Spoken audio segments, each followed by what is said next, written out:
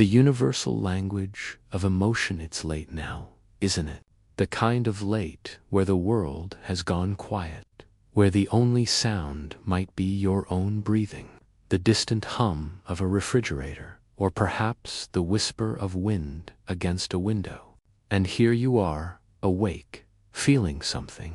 Maybe it's a gentle melancholy that's settled in your chest like morning fog.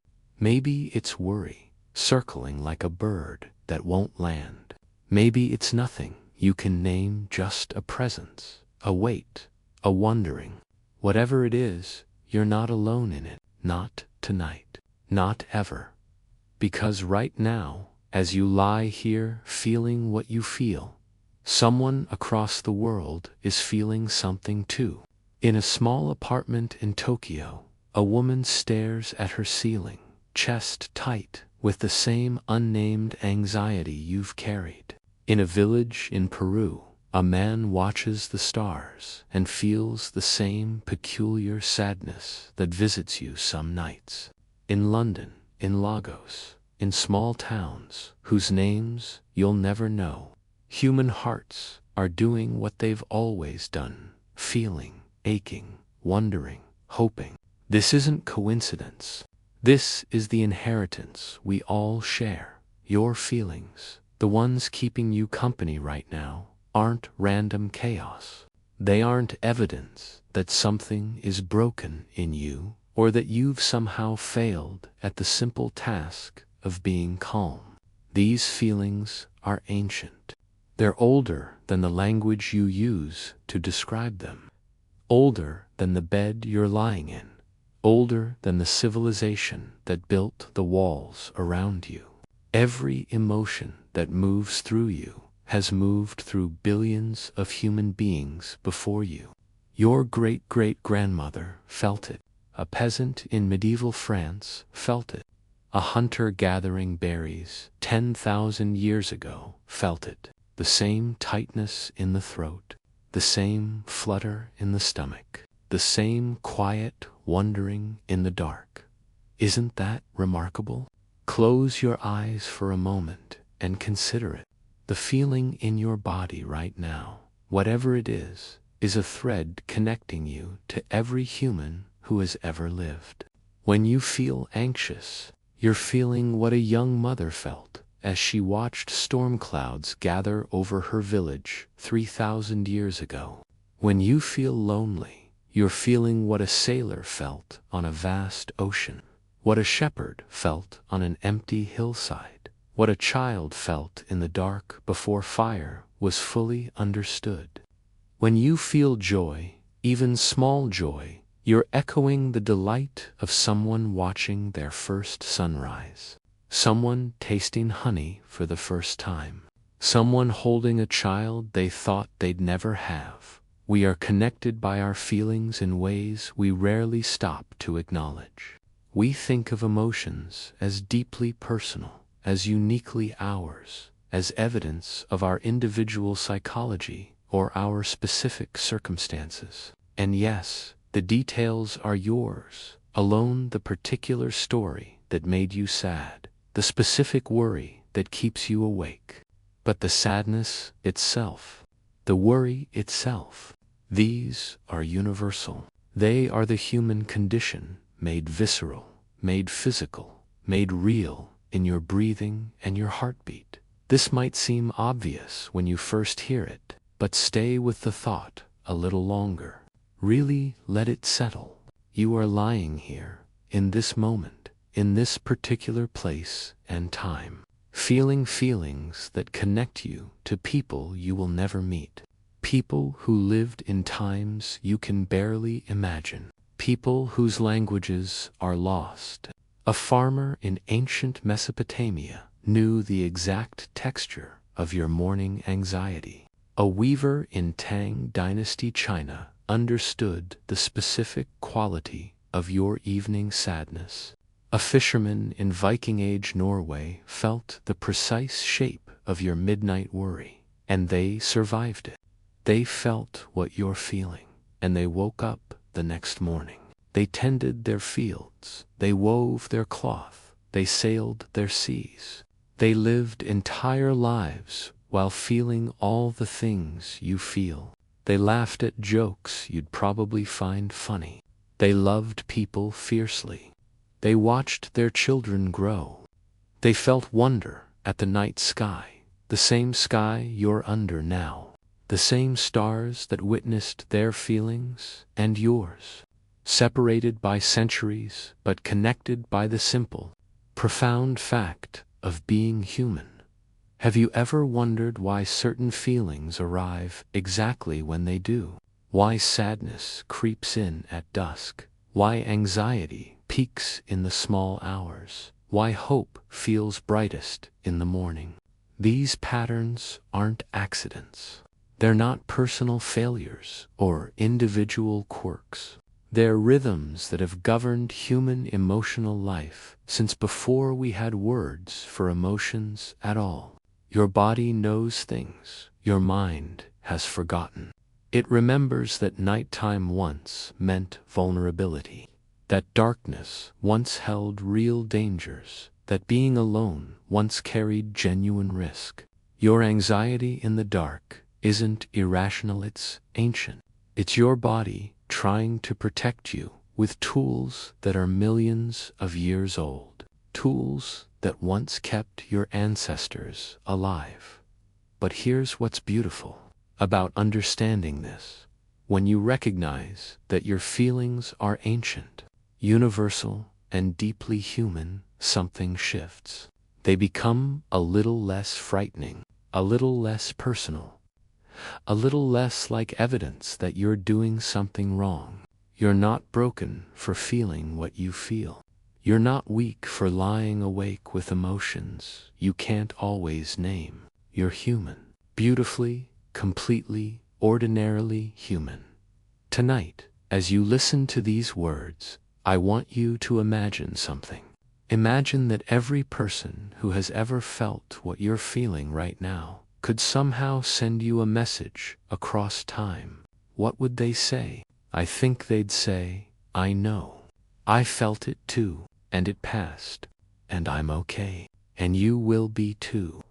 They'd remind you that feelings, even the hardest ones, are temporary visitors.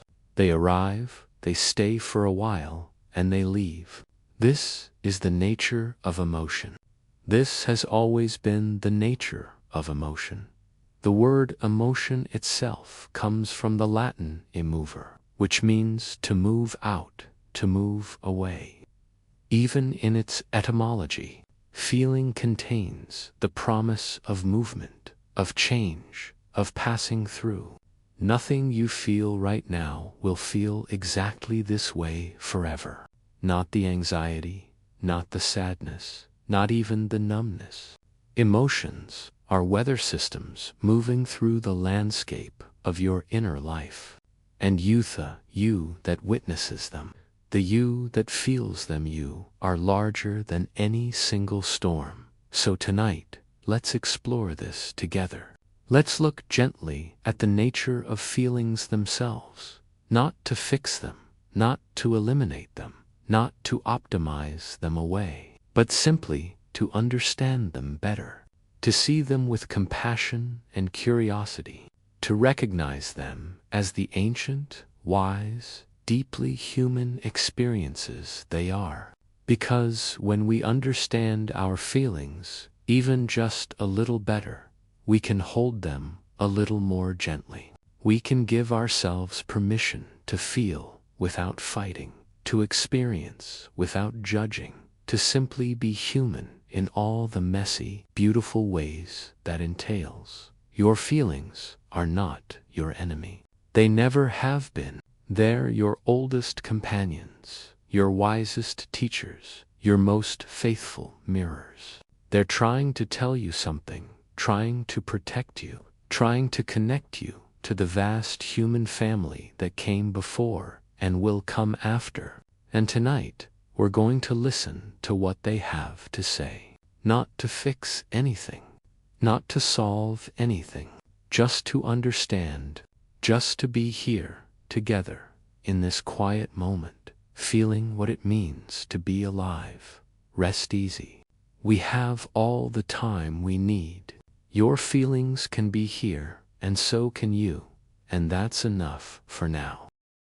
The ancient origins of your feelings, every feeling you've ever had, let that settle for a moment. Your anxiety, your sadness, your fear, your joining of these are accidents. None of these are flaws in your design. They are inheritances, gifts passed down through countless generations, refined over millions of years into the exquisitely sensitive system that lives in your chest right now. Imagine, if you will, a savanna 200,000 years ago. The grass is golden in the evening light, and a small group of humans sits together around a fire that one of them must tend through the night. One woman can't sleep. Her heart beats faster than it should. Her eyes scan the darkness beyond the firelight. She's anxious. And because she's anxious, because her body floods with the chemicals that keep her alert and watchful, she notices the subtle shift in the grass that her relaxed companions miss. She sees the predator before it strikes. Her anxiety saves lives that night, including her own. And because she survives, you exist. Her anxiety lives in you. This is the story of every emotion you carry. They aren't mistakes. They're survival strategies so successful that they've been preserved in your DNA, carried forward through every generation between that ancient savanna and this quiet night. Your feelings are ancient technologies, older than agriculture, older than written language, older than any civilization you've ever heard of. They are, in a very real sense, what kept humanity alive long enough to create everything we now take for granted. Consider anxiety for a moment. Since it's often the feeling that keeps us awake, we treat it like a malfunction, something to eliminate, a sign that we're not coping well with modern life. But anxiety is the reason there is a modern life at all. Anxiety is vigilance. It's the part of you that scans for danger, that notices what's wrong before you consciously register it, that prepares your body to fight or flee long before your thinking mind catches up. 10,000 years ago, the humans who felt anxiety were the ones who noticed the predator in the bushes, who sensed the coming storm, who recognized when food supplies were running low and took action. The calm, relaxed humans. They often didn't survive long enough to become anyone's ancestors. Your anxiety isn't broken. It's just trying to do a job that made perfect sense for most of human history. The problem is that the job description hasn't been updated. Your anxiety doesn't know the difference between a lion in the grass and a difficult email waiting in your inbox.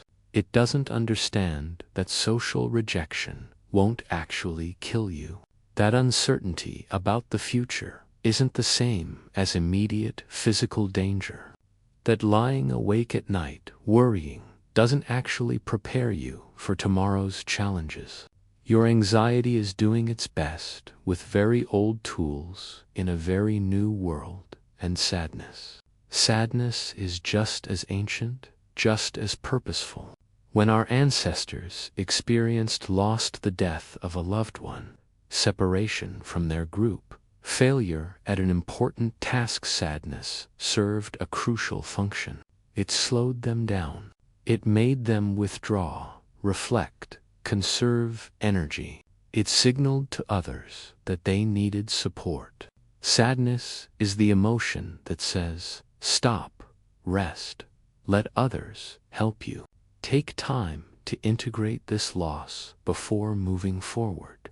In a world where survival depended on community, where being cast out from the group, sadness was the emotion that kept people connected. It made your pain visible to others, so they could respond with comfort and care. Even now, thousands of years later, sadness does the same work. It slows you down when you're depleted. It asks you to pause and feel what needs to be felt. It invites connection, even when you think you want to be alone.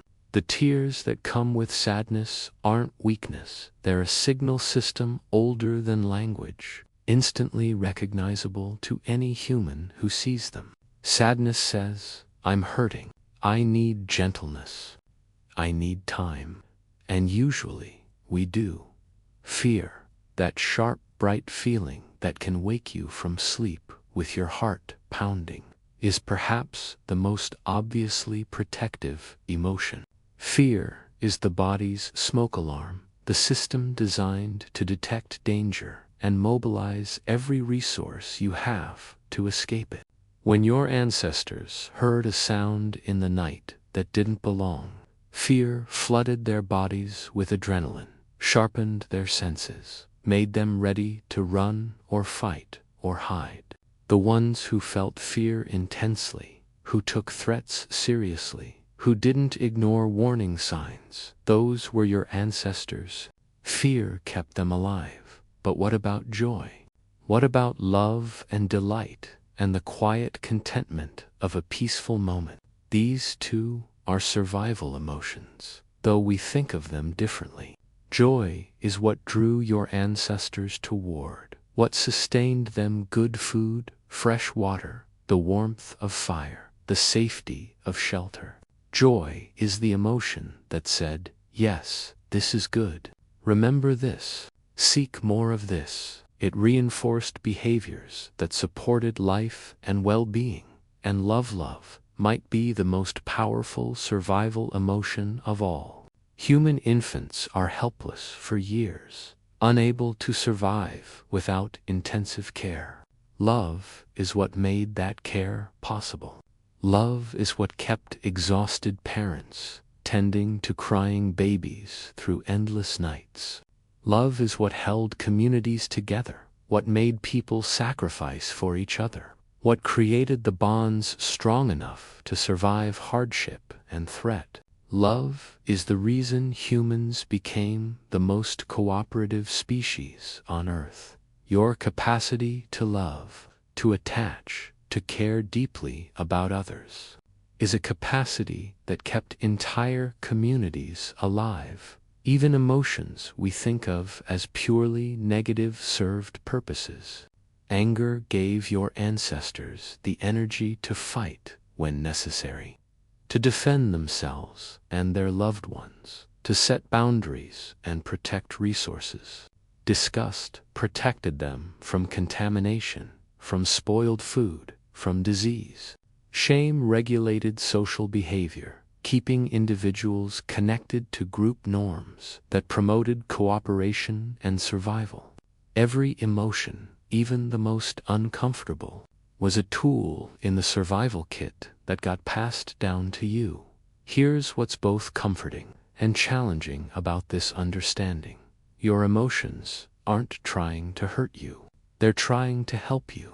They're doing exactly what they were designed to do. The anxiety that keeps you awake is trying to protect you. The sadness that weighs you down is trying to help you heal. The fear that makes your heart race is trying to keep you safe. These emotions are on your side. They always have been. The difficulty is that they're calibrated for a world that no longer exists. They're responding to modern situations with ancient programs.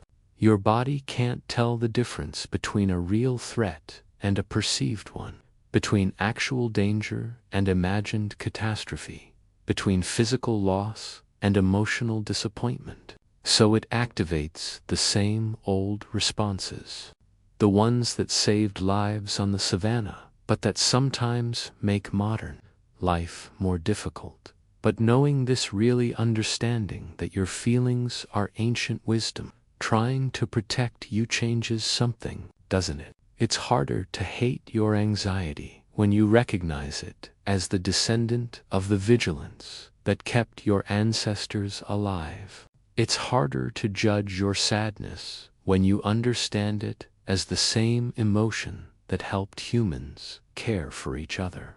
Through every hardship history has thrown at us, your feelings aren't evidence of weakness. They're evidence that you come from a long line of survivors, people who felt deeply and lived anyway, who let their emotions guide them and made it through. You are here because every single one of your ancestors felt what you're feeling and survived it. Every single one. That's an unbroken chain of survival stretching back to the very beginning of humanity. Your feelings are part of that legacy. They're proof that you come from strength. The rhythm of emotions, why feelings come and go. Imagine your feelings as weather passing through an endless sky. You are the sky, not the storm. This isn't just a pretty metaphor. It's actually very close to how emotions work in your body and brain. Feelings arise, they intensify, they peak, and they fade, always, without exception. No emotion, no matter how overwhelming it feels in the moment, lasts forever in its full intensity. This is one of the most comforting facts about feelings, and it's grounded in biology, chemistry, and the fundamental nature of how your nervous system functions. Let's start with something remarkable that researchers have discovered. When you feel an emotion purely, without adding stories or resistance to it, the actual physiological experience of that emotion lasts about 90 seconds. 90 seconds. A minute and a half. That's how long it takes for the cascade of chemicals triggered by an emotional response to flood through your system, peak, and begin to dissipate. The tightness in your chest, the flutter in your stomach, the heat in your face, the trembling in your hands, all the physical sensations that make up the felt experience of emotion. These have a natural lifespan measured in seconds, not hours or days. Of course, you're probably thinking, but I've felt anxious all day. I've been sad for weeks. How can emotions only last 90 seconds? And you're right to question this. The answer is both simple and profound. The 90-second wave is the pure emotion itself, the immediate physical response to a trigger. What keeps emotions going longer is what we do with them. When we think about the emotion, tell ourselves stories about it, judge ourselves for having it, resist it, try to push it away, or feed it with repetitive thoughts, we keep triggering new 90-second waves. We're essentially recreating the emotion over and over, like pressing a button that restarts the timer. Think of it like this. Imagine you're standing by the ocean, and a wave crashes over you. The wave itself lasts only seconds. The water rushes in, surrounds you, and then flows back out to sea. But if you decide to run into the water again and again, you'll keep getting hit by waves. The waves haven't changed. The ocean hasn't decided to focus on you specifically. You're just repeatedly putting yourself in their path. This is what we do with emotions when we ruminate, when we fight them, when we sink into stories about why we feel this way and what it means and how we shouldn't be feeling it. The emotion itself, the pure physical experience, wants to move through you like that wave. It wants to arrive, be felt, and depart. But we've learned to grab onto our emotions, to hold them, to examine them, to build elaborate structures of thought around them. And in doing so, we extend their stay. We turn a 90-second visitor into a house guest that stays for days. Your nervous system is designed for this rhythm of arousal and recovery. When something triggers an emotional response, your sympathetic nervous system activates. This is the part of your nervous system that mobilizes you, increases your heart rate, redirects blood flow, releases stress hormones, prepares you for action. This is the on switch of your stress response. But you also have a parasympathetic nervous system, which is the off switch. This is the system that calms you down, that slows your heart rate, that brings you back to baseline. It's like the tide going out after it comes in. The problem is that modern life keeps triggering the on switch without giving the off switch enough time to do its work. We move from one stressor to the next, from one worry to another, from one notification to the next demand. We don't give our emotions time to complete their natural cycle. We don't let the wave crash and retreat. Instead, we keep ourselves in a state of perpetual emotional activation. And then we wonder why we feel overwhelmed, exhausted, unable to calm down. But here's what's beautiful. Your body knows how to complete these cycles. It's been doing it since you were born. Every emotion has a beginning, a middle, and an end built into its very structure. When a baby feels distressed, they cry. The crying builds, it peaks, and then, if they're comforted and safe, it subsides. The emotion completes itself. The baby returns to calm. They don't think about the distress afterward. They don't worry about whether they should have been upset. They don't judge themselves for crying. They simply feel, express, and release. And then it's over. We can learn from this. We can remember that our bodies still know how to let emotions move through us if we stop interfering with the process. When you feel sadness rising, your body knows what to do. The tears want to come. The heaviness wants to be felt. The release wants to happen. When you feel anger, your body knows the energy wants to move. The tension wants to discharge. The boundary wants to be set. When you feel fear, your body knows the alertness wants to scan for safety. The energy wants to mobilize. And then, when safety is confirmed, the relief wants to wash through you. But we've been taught to interrupt these natural cycles. We've been told that crying is weak, that anger is dangerous, that fear is irrational. So we hold back the tears, we suppress the anger, we deny the fear. And in doing so, we keep the emotions locked in our bodies, incomplete, unable to finish their natural course.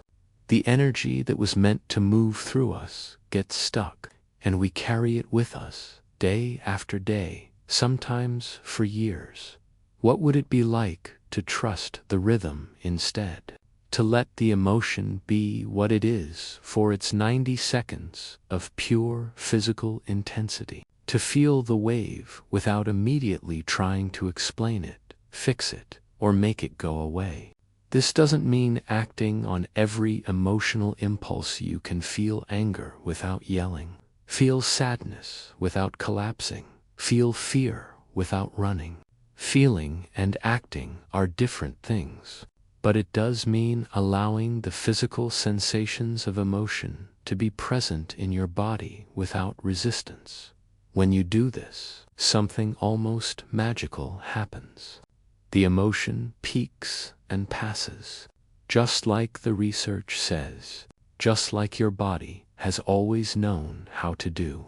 You might feel a wave of anxiety wash through your chest, tightening and releasing over 90 seconds.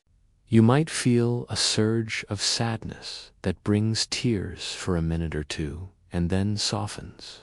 You might feel a flash of anger that heats your face and then cools. And afterward, there's often a sense of space, of relief, of having made room for something new. This is the natural rhythm of emotional life. Feelings come and feelings go. They're not meant to be permanent residents. They're meant to be messages, sensations, experiences that arise in response to your life and then move on.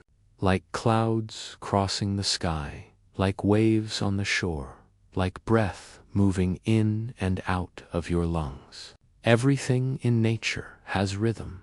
The seasons cycle. The tide rises and falls. Day becomes, night becomes day again. Your emotions are part of this same natural order, and Eutha, awareness that notices the emotions, that feels them, that experiences them. You are not the emotion itself. You are the space in which emotions appear and disappear. You are the sky, vast and unchanging, through which all weather passes. Storms come and storms go, but the sky remains. Clouds gather and clouds disperse, but the sky is always there, always whole, always enough. This doesn't mean emotions don't matter. They matter deeply. They carry important information. They connect you to your needs, your values, your sense of what's right and wrong. But they're temporary experiences, not permanent truths. The anxiety you feel tonight will not be here in the same way tomorrow. The sadness that sits with you now will shift and change, becoming something gentler, something more integrated into your experience. The fear that feels so overwhelming in this moment will pass when safety is confirmed, when morning comes, when you remember that you've survived every difficult moment you've ever faced. You can trust this rhythm. You can trust that feelings, when allowed to be fully felt, move through you like water through a stream. They don't need to be controlled or perfected or understood completely. They just need to be allowed, to be witnessed, to be given the space to complete their natural cycle. And then, in their own time, they'll pass, making room for whatever comes next, another emotion. Or perhaps just the quiet peace of being here, breathing, alive, and whole beneath all the weather that passes through. What helps you remember that feelings are temporary? What reminds you that you are larger than any single emotion? Hold those questions gently as we continue. The body knows how feelings live in your physical self. Close your eyes for a moment and notice where in your body do you carry today's feelings. Don't think about the answer. Just notice. Maybe there's a tightness in your throat, a heaviness in your chest, a knot in your stomach, a tingling in your hands. Maybe your shoulders are holding tension you didn't realize was there. Maybe your jaw is clenched. Maybe there's a warmth somewhere, or a coldness, or a restlessness that makes you want to move. Whatever you notice, that's your body speaking to you in a language older than words. Your feelings don't just happen in your mind. They don't exist as abstract concepts floating somewhere above your head. They live in your body. They are your body. Every emotion you experience has a physical signature, a particular pattern of sensations that unfolds in your muscles, your organs, your skin. This is how emotions have always worked, since long before humans had the language to name what they were feeling. Your body knew fear before you had a word for fear. It knew love before you could say, "I love you." It knew grief before you understood what loss meant. Scientists have actually mapped this, creating beautiful visualizations of where different emotions tend to show up in the body. When people around the world are asked to indicate where they feel various emotions, the patterns are remarkably consistent across cultures, languages, and backgrounds. Happiness lights up the whole body, but especially the chest and head, like warmth radiating outward. Love creates similar patterns, but focuses even more intensely in the chest, that feeling we describe as a full heart. Sadness dampens sensation in the limbs, creating a heaviness in the chest and a distinctive tightness in the throat, that feeling right before tears come. Anxiety activates the chest and abdomen intensely, that fluttering, churning, restless sensation that makes you feel like you need to move or escape. Fear shows up as intense activation in the chest, with a characteristic feeling in the legs, that urge to run, that weakness in the knees.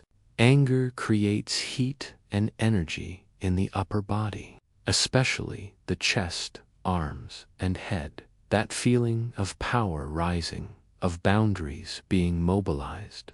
Even disgust has its own signature, that visceral sensation in the stomach and throat, that recoiling, that turning away. These aren't random. They're your body preparing you to respond, using the same patterns that have served humans for hundreds of thousands of years. Think about anxiety for a moment, since it's such a common companion in quiet nighttime hours. Where does anxiety live in your body? For most people, it's a sensation in the chest tightness, fluttering, a feeling of constriction or rapid movement. It's in the stomach butterflies, nausea, that hollow, churning feeling. It's in the throat difficulty swallowing, a feeling of something caught there. It's in the hands tingling coldness, a need to fidget. It's in the legs restlessness, that feeling of needing to move, that jittery energy looking for somewhere to go. All of these sensations make perfect sense when you remember what anxiety is trying to do. It's mobilizing you. It's preparing your body to face a threat. Your heart beats faster to pump blood where it's needed. Your breathing quickens to bring in more oxygen. Your digestion slows because your body doesn't want to waste energy on processing food when it thinks you need to run or fight. Blood moves away from your extremities toward your core and major muscle groups. Your muscles tense, ready for action. Your senses sharpen. This is your body being brilliantly responsive to what it perceives as danger. The problem is that your body can't tell the difference between a real physical threat and a psychological worry. It responds the same way to both. So when you're lying in bed thinking about tomorrow's presentation, or replaying an awkward conversation, or worrying about your health or finances or relationships, your body interprets those thoughts as threats and activates all the same physical responses it would if you were facing actual danger. The anxiety you feel in your body is real, not imaginary, not all in your head. It's genuine physiological activation. It's just responding to a different kind of threat than it was designed for. And sadness, where does sadness live? Often in the chest, a heaviness like something is pressing down on your heart. In the throat, that tight ache that comes before crying. In the eyes, that burning, welling sensation. In the shoulders, a slumping, a bowing underweight. In the whole body, a sense of heaviness, of moving through something thick and resistant. Some people describe it as a gray feeling, a dampening, like all their colors have been turned down. Others feel it as emptiness, a hollowness in the chest or stomach. These sensations are your body's way of making you slow down, making you conserve energy, making you turn inward to process loss or disappointment or pain. Sadness physically limits your capacity for outward action because inward work needs to happen. The heaviness isn't a mistake. It's information. It's your body saying, rest, reflect. Let this be felt before you move on. Joy, on the other hand, feels expansive.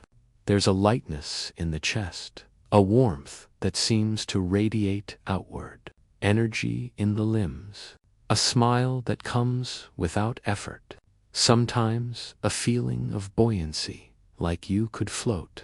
Tears can come with joy too, but they're different from tears of sadness. They're a release, an overflow, the body's way of expressing what's too big to contain. Joy makes you want to move, to connect, to share. It opens you outward, while sadness draws you inward. Both are necessary. Both are information about what your body needs and what it's experiencing. Even love has its physical signature. Most people feel love as warmth in the chest, that sensation we call a full heart. There's often a softness in the face, a relaxation in the jaw and eyes, a sense of opening, of vulnerability, of boundaries softening. Some people feel love as an ache, especially if the beloved is far away or lost an actual physical longing that lives in the chest. Love can also create energy, that giddy, restless feeling of new romance. Or it can feel like deep calm, like coming home, like safety settling into your bones. Understanding that emotions are physical experiences changes how we can relate to them. Instead of trying to think your way through a feeling, you can attend to the sensations in your body. Instead of asking, why do I feel this way? You can ask, where do I feel this? What does it feel like? This simple shift moves you from your thinking mind, which can spin in circles, trying to analyze and solve, to your sensing body, which simply experiences and releases. Your body is exquisitely sensitive. It picks up on things your conscious mind misses. It registers subtle changes in other people's tone, facial expressions, body language. It notices patterns in your environment. It keeps track of what feels safe and what doesn't, who you can trust, and who sets off alarm bells. All of this information gets processed below your conscious awareness and shows up as feelings in your body. That uneasy feeling in your stomach when you meet someone new. That's your body processing hundreds of tiny signals and saying something feels off here.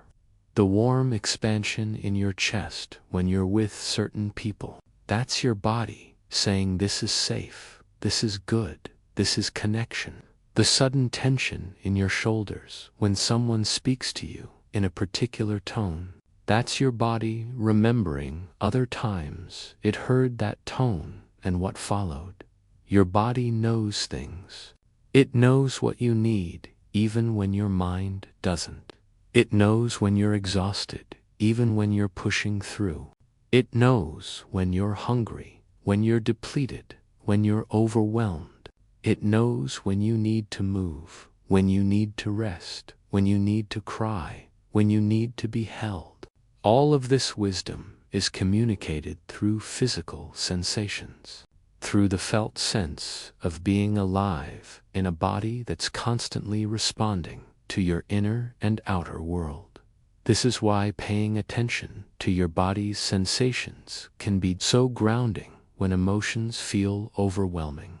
When anxiety spirals in your mind, you can bring attention to the specific physical sensations, the tightness in your chest, the butterflies in your stomach, and just notice them without trying to change them.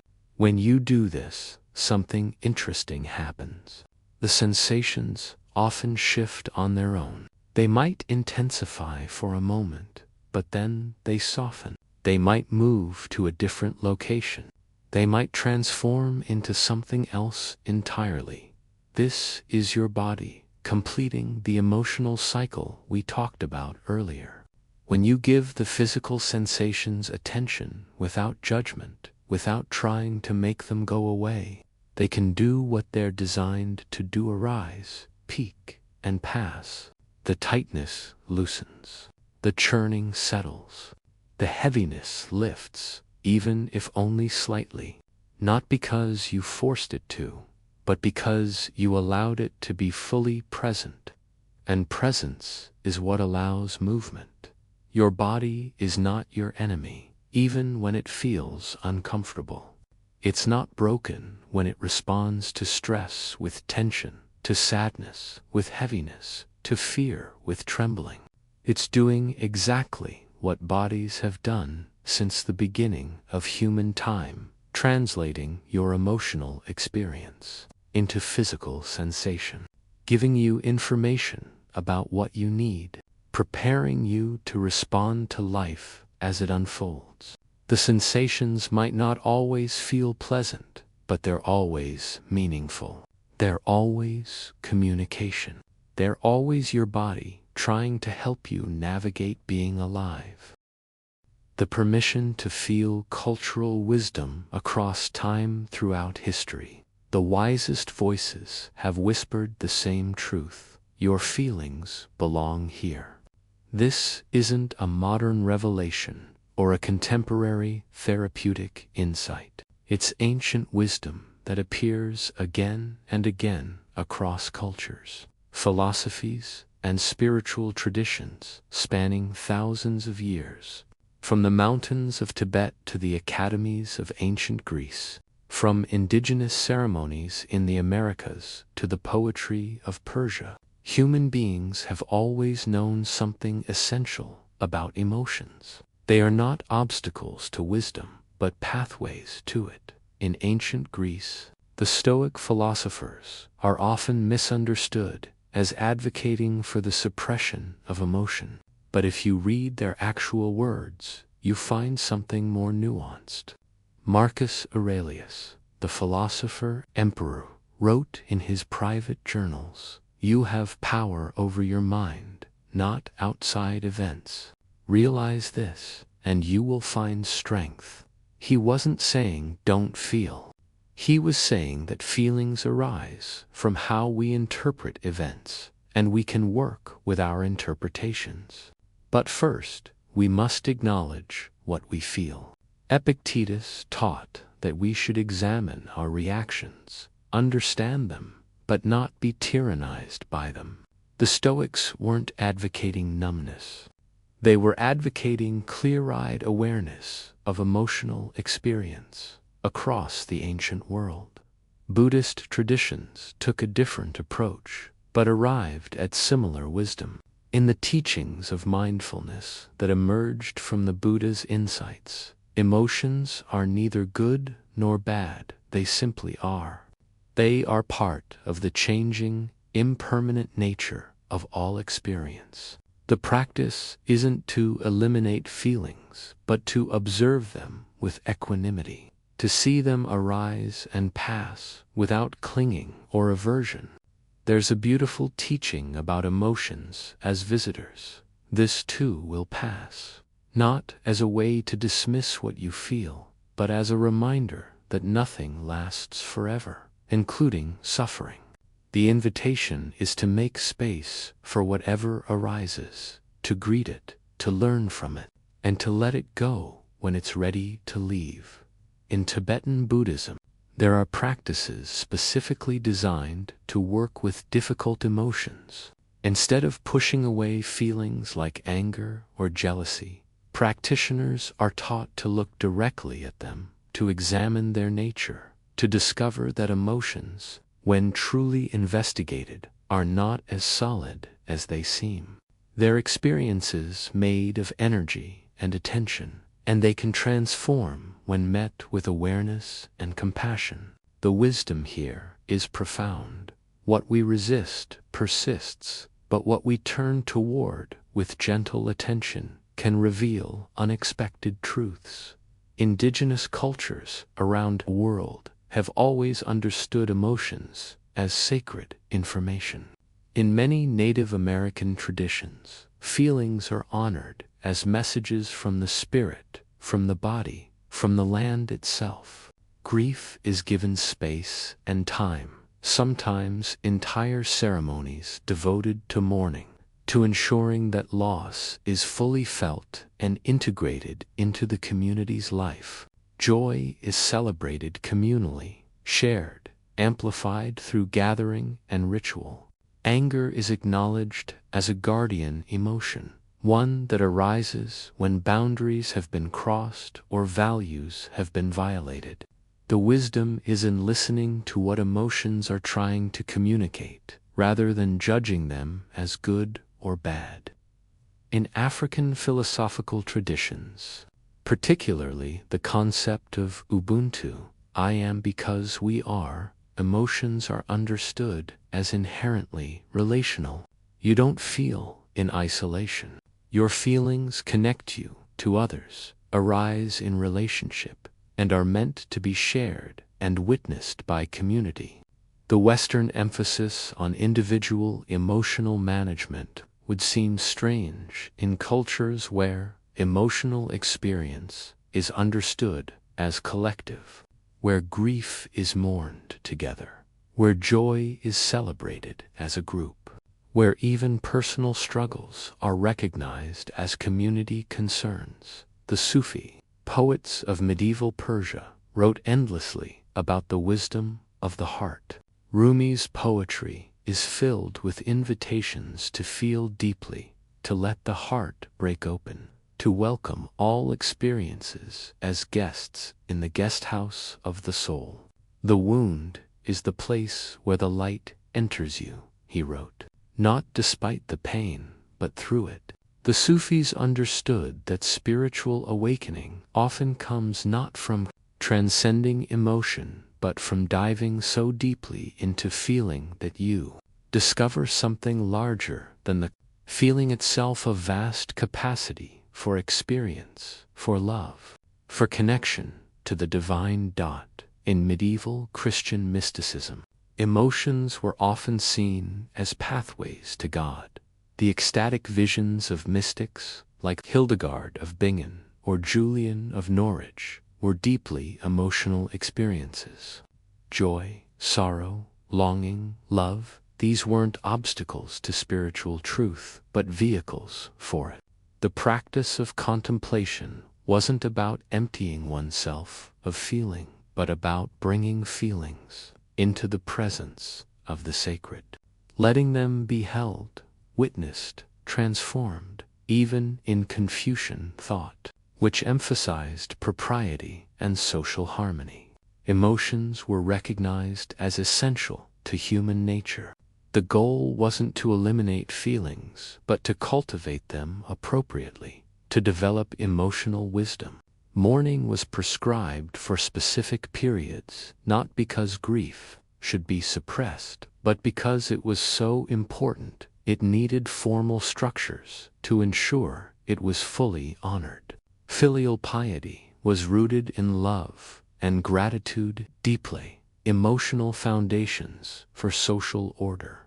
What's striking when you look across all these traditions is not how different they are, but how similar. Whether in ancient Athens or medieval Tibet, in indigenous American ceremonies or Persian poetry, the wisdom is consistent. Emotions are part of being human. They carry information. They connect us to ourselves, to each other, to something larger. The goal isn't to eliminate them, but to develop a wise relationship with them, to feel without being overwhelmed, to acknowledge without being controlled, to learn without being destroyed. This is the permission that history offers you, to feel fully, deeply, honestly. You're not failing at being human when you feel anxious or sad or angry or afraid. You're participating in an experience that every wise person, every philosopher, every spiritual teacher has recognized as fundamental to the human condition. Your feelings don't make you weak, they make you human. They don't make you broken, they make you alive. In traditional Chinese medicine, emotions are understood as energies that move through the body along specific pathways. When emotions flow freely, health is maintained. When they're blocked or suppressed, illness can result. The wisdom isn't to avoid feeling, but to allow feelings to move, to complete their natural cycle through the body. Anger is associated with the liver, grief with the lungs, fear with the kidneys, joy with the heart. Each emotion has its place, its purpose, its role in maintaining the whole system's balance. Ayurvedic medicine from India similarly recognizes emotions as integral to health. Different emotional patterns are associated with different constitutional types.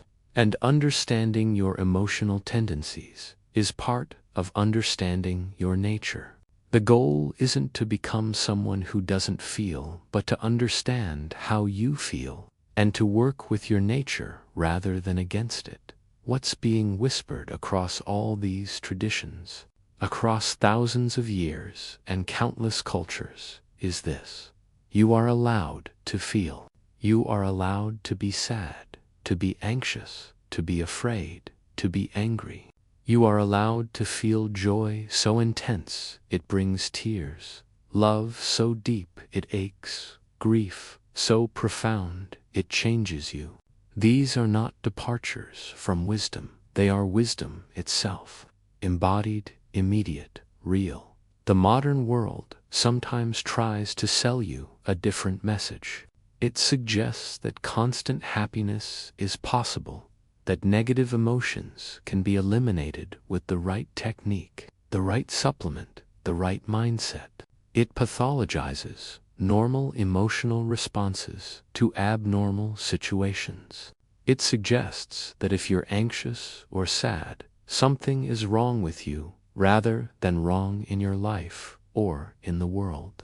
But this isn't wisdom. It's denial wrapped in the language of self-improvement.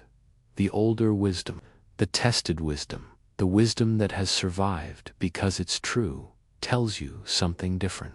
It tells you that being human means feeling a full range of emotions, that some situations should make you sad, loss is real, grief is appropriate, that some circumstances should make you anxious and certainty is genuinely challenging, danger sometimes exists, that some experiences should make you angry, injustice is real, boundaries matter. The wisdom isn't in not feeling these things. The wisdom is in feeling them fully, learning from them, letting them inform your actions, and not letting them be the only thing you feel. Because the wisdom traditions also remind you that emotions are temporary, that they change, that joy returns even after the deepest grief, that peace can be found even amid uncertainty, that love persists even when anger arises. The permission to feel includes permission to feel the full range, to trust the rhythm, to know that darkness and light both belong in a human life. So tonight, whatever you're feeling, you can remember that you're not alone in it. Not just because others feel it too right now, but because the wisest human beings throughout history have felt it, have written about it, have developed entire philosophies and practices to help navigate it. Your feelings are not evidence that you're doing life wrong. They're evidence that you're fully engaged in the magnificent, difficult, beautiful work of being alive. And that work has always included feeling deeply, honestly, bravely. You have permission. You always have. Your feelings belong here, just as you do. The science of emotional acceptance here's something remarkable that researchers have discovered. The feelings we allow are the feelings that can heal. This might sound counterintuitive at first. Our instinct, when we feel something difficult is often to push it away, to distract ourselves, to think our way out of it, to do anything but simply let it be. We've been taught that the way to deal with negative emotions is to control them, manage them, minimize them, or eliminate them entirely. But science is revealing something different, something that wisdom traditions have known for thousands of years. Acceptance, not control, is the pathway through difficult emotions. Let's start with what happens in your brain when you try to suppress an emotion. Imagine you're feeling anxious, and you tell yourself, "I shouldn't feel this way. This is ridiculous. I need to stop being anxious." What happens? Neuroimaging studies show that when you try to suppress emotional experience, your brain doesn't calm down. It actually has to work harder. The prefrontal cortex, the part of your brain involved in executive control and regulation, activates intensely as it tries to push down the emotional response. Meanwhile, the amygdala, the part of your brain involved in processing emotions, doesn't quiet. In fact, suppression often maintains or even increases amygdala activation. So you're using enormous mental energy to hold down something that keeps trying to surface. It's like trying to hold a beach ball underwater. It takes constant effort. It's exhausting. And the moment your attention slips, the emotion pops back up, sometimes with even more force. Worse, this suppression has costs. Studies show that people who habitually suppress their emotions experience more anxiety and depression over time, not less. They have higher stress hormones. They report lower life satisfaction. Their relationships suffer because suppression doesn't just hide emotions from yourself, it also makes you less emotionally available to others.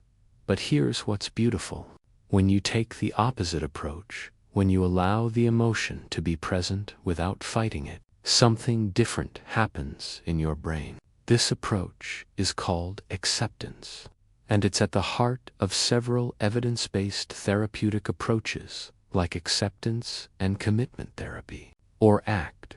When you accept an emotion, when you notice it, name it, and allow it to be present without trying to change, your prefrontal cortex activates differently. Instead of working against the emotion, it observes it. And this simple shift from fighting to observing allows the emotion to complete its natural cycle. Research on emotional acceptance has shown some striking findings. People who are taught to accept their emotions rather than suppress or avoid them experience less anxiety and depression. They're more resilient in the face of stress. They recover from difficult experiences more quickly. They report greater psychological flexibility, the ability to stay present and engaged with life, even when it's uncomfortable. And perhaps most surprisingly, they actually experience fewer intense negative emotions over time. Not because they're trying to have fewer, but because acceptance allows emotions to arise and pass naturally rather than getting stuck in suppression rebound cycles. There's a paradox here that's worth sitting with. Acceptance doesn't mean resignation. It doesn't mean giving up or deciding that nothing can change.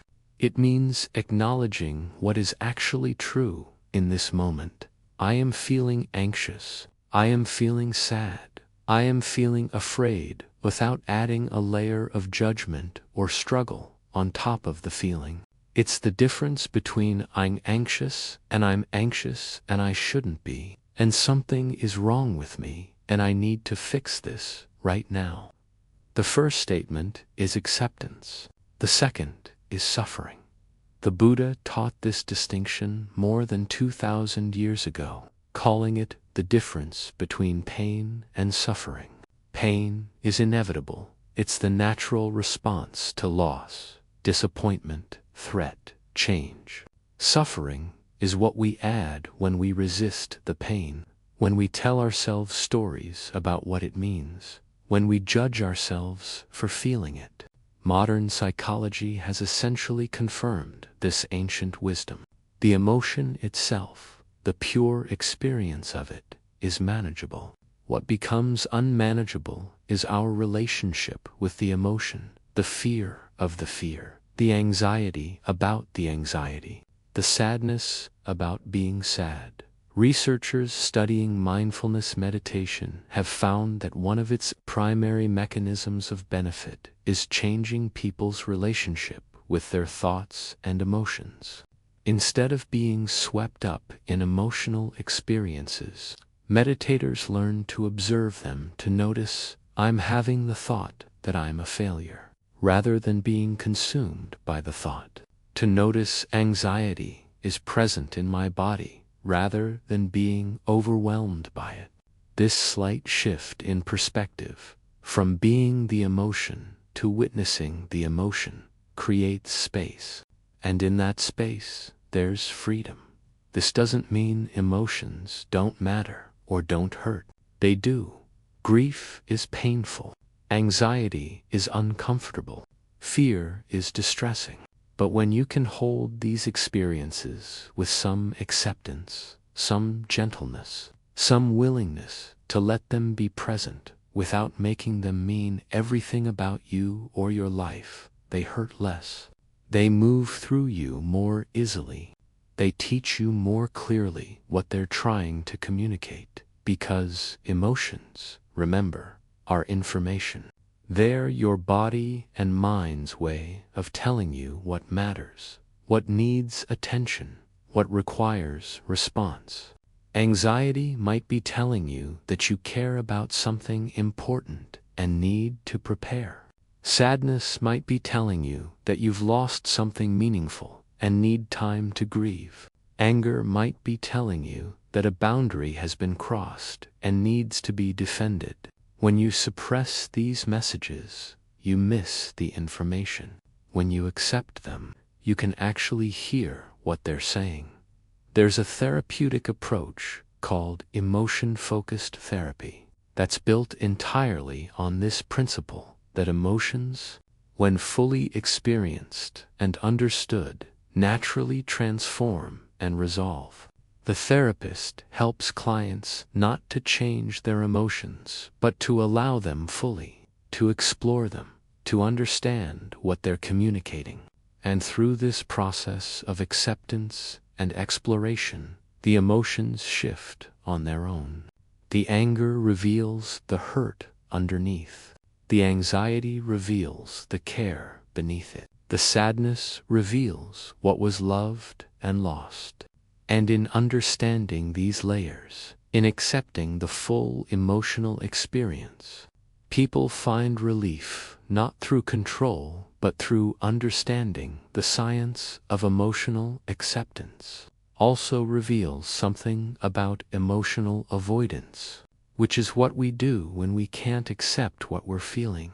Avoidance takes many forms: distraction, numbing, substance use, compulsive behaviors, keeping ourselves frantically busy, anything to not feel what we're feeling. And while avoidance provides temporary relief, research shows it makes things worse over time. Avoidance strengthens the association between the emotion and threat. It teaches your brain that the emotion is dangerous, something to be feared and escaped. And this makes the emotion more frightening, more overwhelming, more likely to trigger avoidance the next time it arises. It becomes a vicious cycle. You feel anxious, you avoid, you get temporary relief. But the anxiety returns stronger because you've reinforced that it's something to fear. You feel sad, you distract yourself. The sadness goes underground for a while. But it doesn't go away, just waits, and often intensifies because it hasn't been acknowledged or processed. Avoidance is like running from a shadow. The shadow isn't actually dangerous, but running makes it feel dangerous. And the more you run, the more frightening the chase becomes. Acceptance breaks this cycle. When you can turn toward the emotion, when you can say, okay, anxiety, you're here, I feel you, something remarkable happens. The emotion stops being the enemy. It becomes just an experience, one of many experiences you have in a day. It might not be pleasant, but it's not dangerous either. And when your brain learns that the emotion isn't dangerous, that you can feel it, it stops sounding the alarm quite so loudly. This is the science behind exposure therapy, which has been shown to be highly effective for anxiety disorders. The core principle is that by gradually, repeatedly facing what you fear while practicing acceptance rather than avoidance, your brain learns that the fear itself isn't dangerous. The anxiety you feel when you face your fear is uncomfortable. Yes, but it peaks and passes. It doesn't destroy you. And each time you face it with acceptance rather than avoidance, it loses some of its power. The same principle applies to all emotions. The sadness you're avoiding won't destroy you if you feel it. The anger you're suppressing won't make you a bad person if you acknowledge it. The grief you're pushing away won't swallow you whole if you let it be present. In fact, these emotions, when accepted and felt, often transform into something else: sadness into gratitude for what was loved, anger into clarity about boundaries, grief into a deeper capacity for love, psychological flexibility, which researchers define as the ability to stay present and engaged with valued actions even in the presence of difficult thoughts and feelings, is one of the strongest predictors of mental health and well-being. It's not about having fewer negative emotions. It's about being able to have them without your life falling apart, without losing sight of what matters, without disconnecting from the people and purposes that give your life meaning. Tonight's feelings, a compassionate perspective whatever brought you here tonight, whatever you're carrying in your heart, tits welcome here. I mean that. Not as a platitude, not as something I'm supposed to say, but as a simple truth. Whatever feeling is sitting with you right now, in this quiet moment, it belongs. It has a right to be here, and so do you. Maybe you came here because sleep won't come, because your mind is too full, your body too restless, your heart too heavy. Maybe you're carrying anxiety about tomorrow, about next week, about the future that feels both too close and impossibly far away. Maybe you're holding sadness about something that happened, something you lost, something that changed and can't be changed back. Maybe you're feeling lonely, even if you're not alone. That particular ache that comes from feeling unseen or misunderstood. Maybe you can't even name what you're feeling. It's just there, a presence, a weight, a companion you didn't invite but can't seem to dismiss. Whatever it is, I want you to know something. You're not doing this wrong. This moment, right now, with whatever you're feeling, this isn't failure. This isn't evidence that you're broken or weak or unable to cope with life. This is just being human on a night when being human feels a little harder than usual, and that's okay. It really is. There's so much pressure, isn't there, to be okay, to be positive, productive, optimistic, resilient, to have processed your feelings, to have moved through your grief, to have learned your lessons and grown and healed. There's this unspoken expectation that by a certain point you should be over it, whatever it is. You should have figured it out. You should be sleeping peacefully, not lying here listening to words about feelings, because your own feelings won't let you rest. But life doesn't work that way. Healing doesn't work that way. You don't just arrive at a destination called healed and stay there forever. Feelings managed, peace achieved, everything resolved. You're alive, which means you're still growing, still changing, still encountering new situations that bring up old feelings, still discovering parts of yourself you didn't know needed attention. This is what living is, not a problem to be solved, but an experience to be had, in all its complicated, messy, beautiful, difficult fullness. So tonight, what if you didn't need to fix anything? What if you didn't need to resolve your feelings or understand them completely or make them go away before you can rest? What if the point of this moment isn't to achieve some state of perfect peace, but simply to be here, as you are, feeling what you feel, breathing in and breathing out, allowing yourself to exist without improvement? I know that might feel impossible. We're so trained to fix, to solve, to optimize. When we feel bad, we think we need to feel better. When we're anxious, we think we need to be calm. When we're sad, we think we need to be happy. And yes, of course, feeling better is nice when it happens. Of course, we prefer calm to anxiety, happiness to sadness. But what if the work of this moment isn't to get from one state to another? What if it's just to be with what is? Your anxiety is here because some part of you cares deeply about something. The very fact that you can feel anxious means you can imagine futures, which means you can hope, which means you're invested in outcomes, which means you're engaged with life in a way that requires courage. Your anxiety isn't proof of weakness. It's proof of caring. Your sadness is here because you've loved something or someone enough to feel the ache of loss, change, or distance. The very fact that you can feel sad means you have the capacity for connection, for attachment, for letting people and places and moments matter to you. Your sadness isn't proof of fragility. It's proof of love. Your fear is here because you recognize that you have something to lose, that you're vulnerable, that you're human and mortal and precious.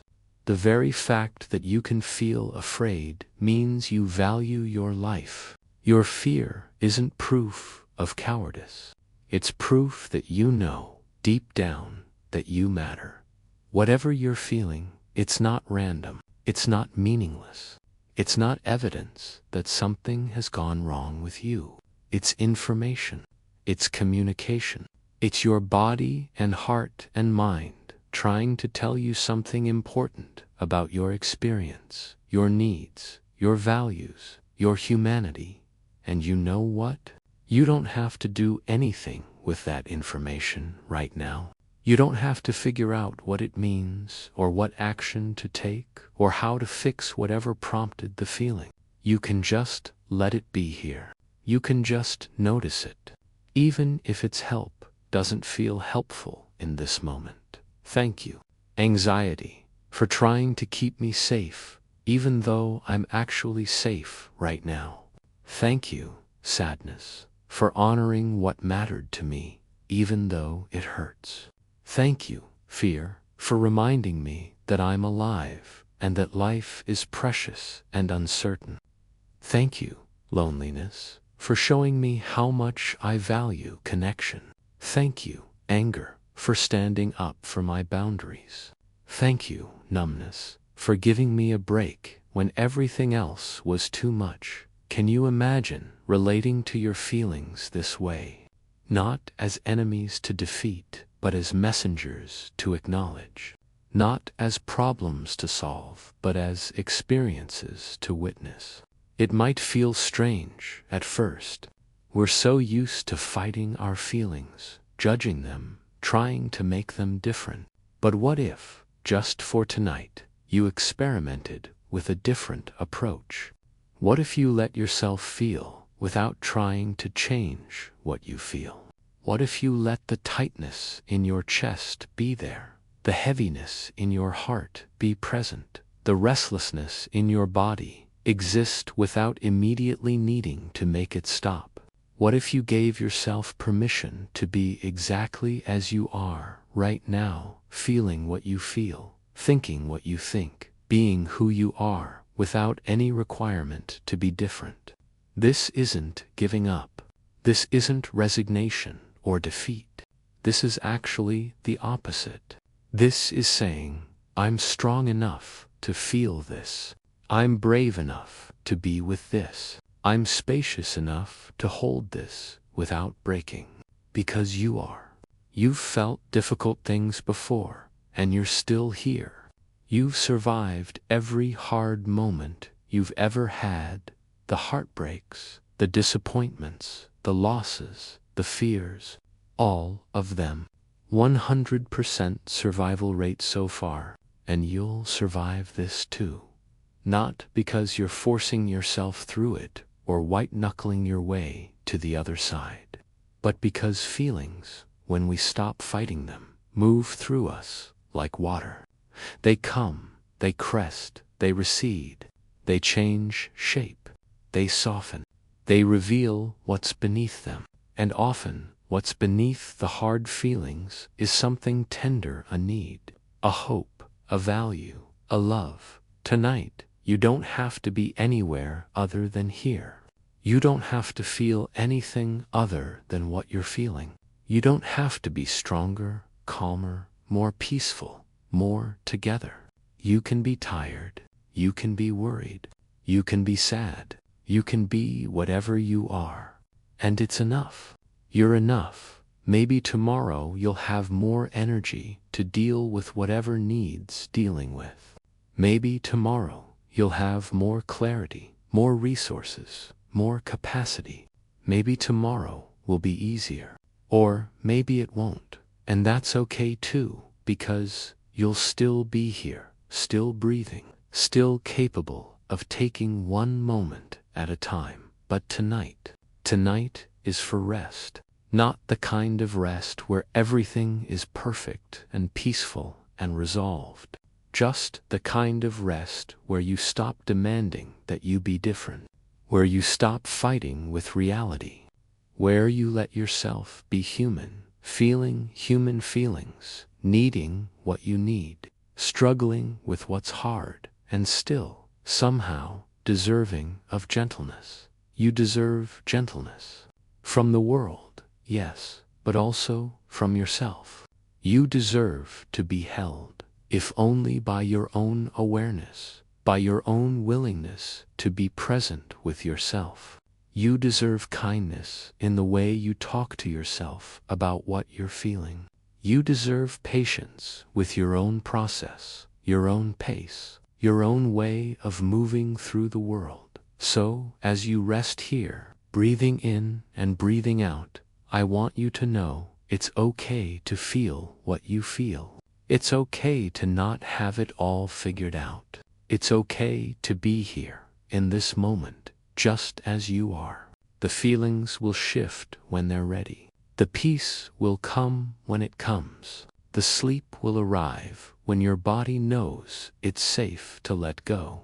And until then, you can just be here, now, feeling, breathing, alive, beautifully, imperfectly, courageously alive. And that, tonight, is more than enough. Closing the gift of feeling as you drift toward sleep tonight. Know that your feelings, all of them, are proof that you're beautifully, completely human. Rest well. But before you do, let's sit together just a little longer with one final thought, one gentle perspective to carry with you into your dreams and into your tomorrow. What if your feelings, even the difficult ones, even the ones that keep you awake on nights like this, are not burdens, but gifts.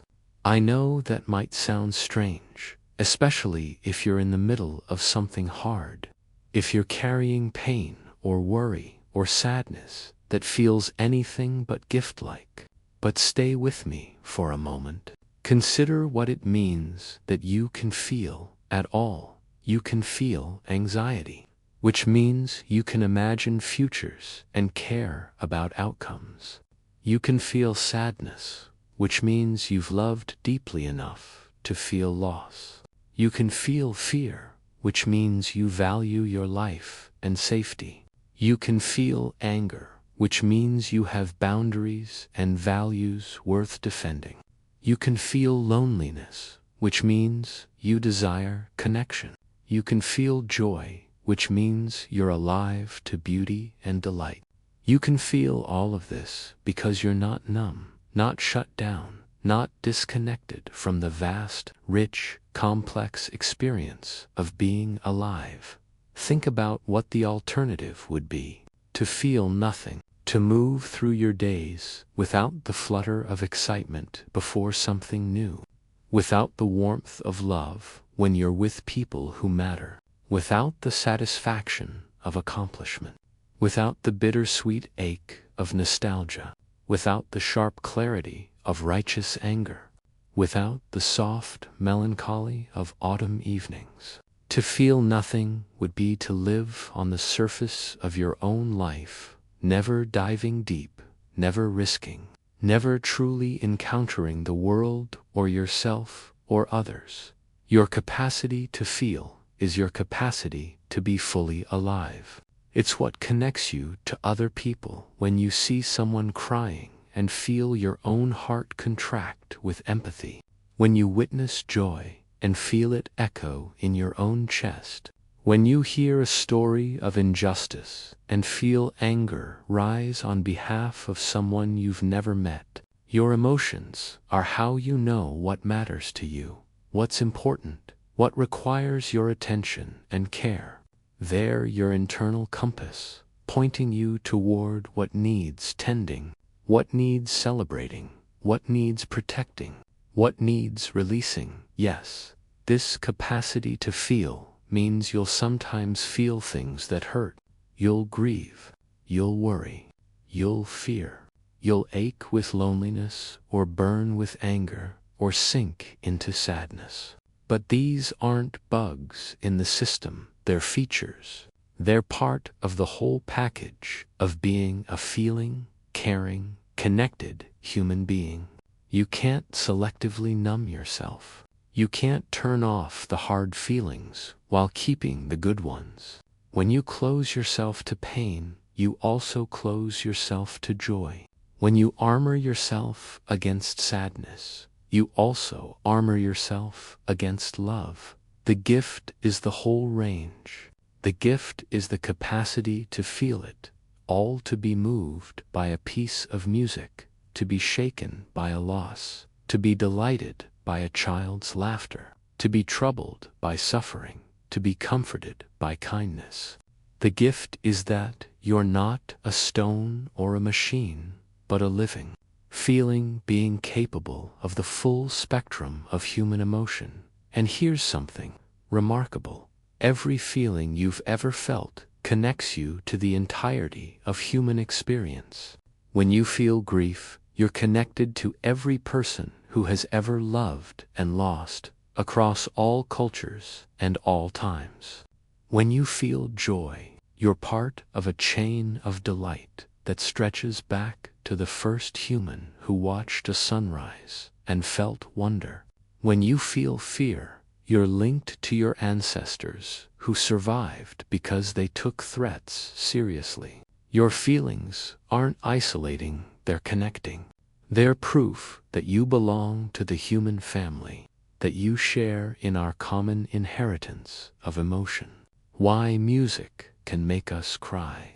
Why stories told thousands of years ago still resonate, because the feelings haven't changed. Love feels the same now as it did in ancient Rome. Grief feels the same now as it did in medieval Japan. Joy feels the same now as it did in the first human communities. When you read poetry from Rumi or Sappho or Levi and feel that shock of recognition, yes, that's exactly what I feel. You're experiencing the truth that human emotions transcend time and culture. You're not alone in what you feel. You never have been. Your feelings are also what allow you to grow and change. Every difficult emotion carries within it an invitation. Anxiety invites you to examine what you're afraid of and prepare or practice acceptance. Sadness invites you to honor what you've lost and eventually integrate it into your story. Anger invites you to clarify your boundaries and values. Loneliness invites you to reach out for connection. Shame invites you to examine whose voice you're hearing and whether it's true or helpful. Every feeling, when met with curiosity instead of judgment, becomes a teacher, and growth happens, not despite your feelings, but through them. You learn compassion by feeling your own pain and recognizing it in others. You develop courage by feeling fear and acting anyway. You cultivate resilience by feeling overwhelmed and discovering that you can bear more than you thought. You deepen your capacity for love by letting yourself be vulnerable enough to care deeply, knowing that care sometimes means hurt. The person you are today has been shaped by every feeling you've ever felt. The hard moments taught you strength. The joyful moments taught you what's worth pursuing. The losses taught you what you value. The fears taught you what you need.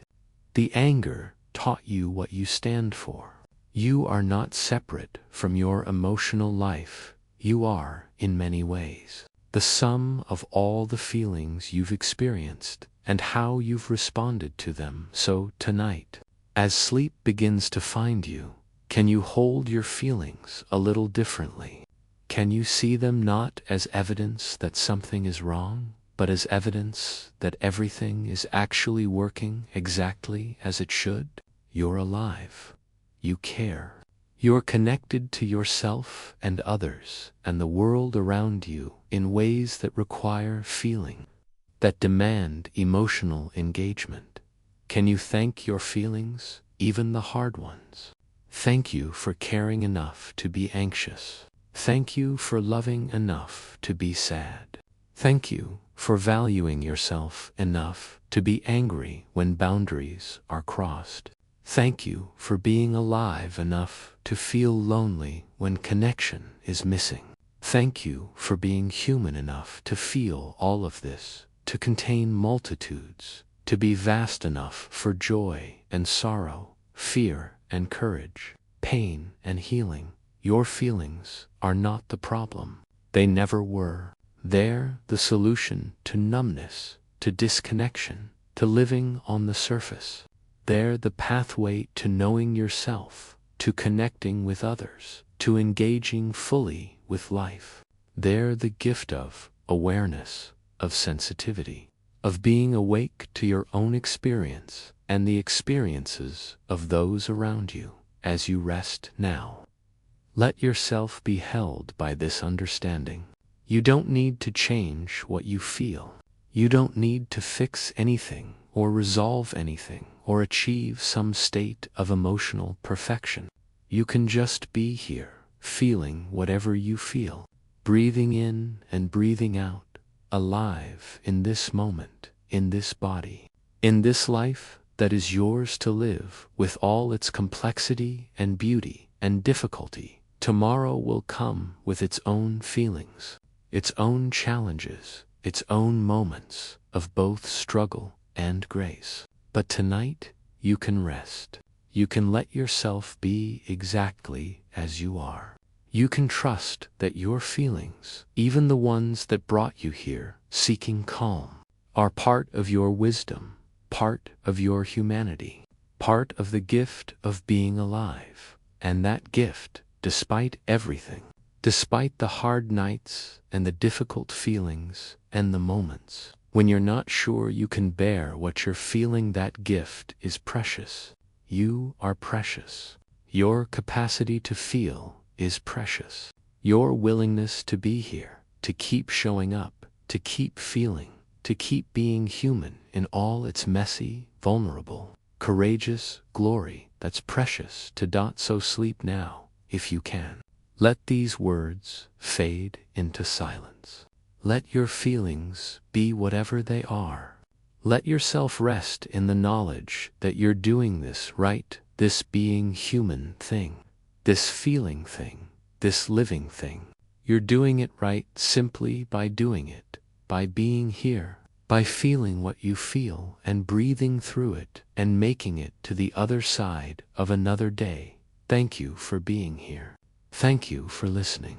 Thank you for feeling, for caring, for being brave enough to be vulnerable, to be human, to be alive. Come back anytime you need, reminding that your feelings belong, that you belong, that all of this, the joy and the sorrow, the fear and the courage, the pain and the healing, all of it belongs to the beautiful, irreplaceable truth of being you. Rest well. You've earned it. And tomorrow, when you wake, your feelings will still be there, but maybe you'll meet them a little differently. Maybe you'll recognize them as old friends, as teachers, as companions on this journey of being human. Maybe you'll see them as the gifts they are. Until then, peace. Genuine, imperfect, deeply human peace. And so we come to the end of tonight's story. Thank you truly for spending this time with me. If you enjoyed this journey through history, please subscribe and turn on notifications so you never miss a new episode. Leave a like if this helped you relax, and share it with anyone who might need a peaceful night's rest. I'd love to hear from you in the comments. What part of Genghis Khan's story stayed with you the most? What would you like to explore in future episodes? Your voice matters here. Now, let go of the day. Let go of everything that doesn't serve you in this moment. The step is quiet, the wind is soft, and sleep is waiting for you, gentle and warm. Good night, dear listener. Rest well, and I'll see you in the next story.